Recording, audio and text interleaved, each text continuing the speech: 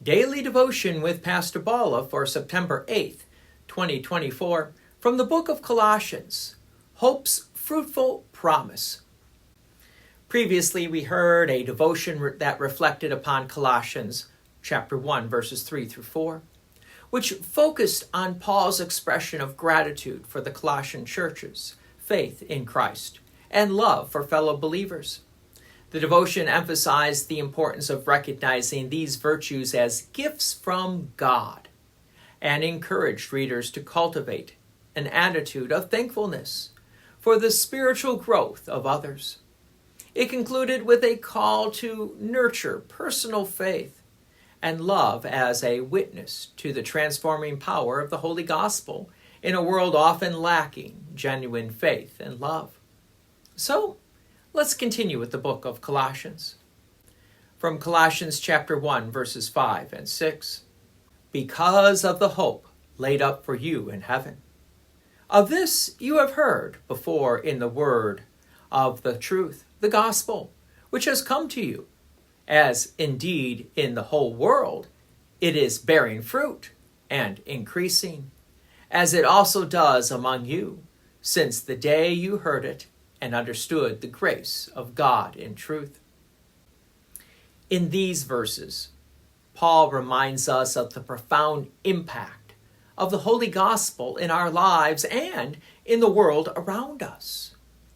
The hope we have in Christ is not a fleeting emotion or a vague wish, but a steadfast assurance rooted in the promises of God.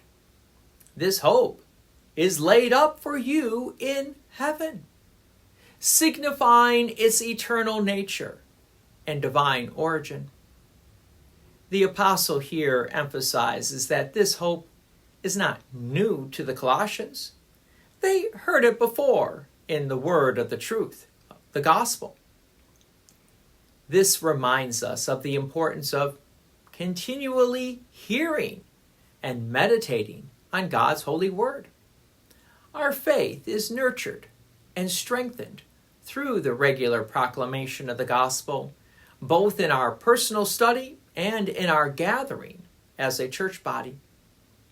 Paul then marvels at the power of the gospel, noting that it is bearing fruit and increasing, not only among the Colossians, but in the whole world. This serves as a testament to the universal nature of God's saving message. The gospel knows no boundary of culture, language, or nationality. It is a message for all people, in all places, at all times. What a joy it is to know that we are part of this grand narrative of God's redemptive work. The same gospel that transformed the lives of the Colossians continues to work in us today. It bears fruit in our lives through faith, love, and good works, all of which are evidence of God's grace at work within us. So Paul highlights a crucial moment in the spiritual journey of the Colossians. Since the day you heard it and understood the grace of God in truth. This understanding is more than intellectual assent. It is a heart-transforming realization of God's unmerited favor toward us in Christ. It is this grace that empowers us to live out our faith and share the hope we have with others. So as we reflect on these verses, let us be encouraged by the power of the Holy Gospel. Our hope in Christ is secure, anchored in heaven itself. The word of truth continues to bear fruit in our lives and in the world around us. May we, like the Colossians, continue to grow in our understanding of God's grace, allowing it to shape our thoughts, words, and actions. God's peace and many blessings be with you. And thank you for listening. And please take an opportunity to share this message with others.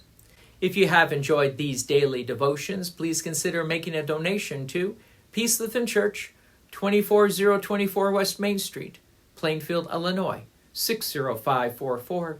Thank you again for listening.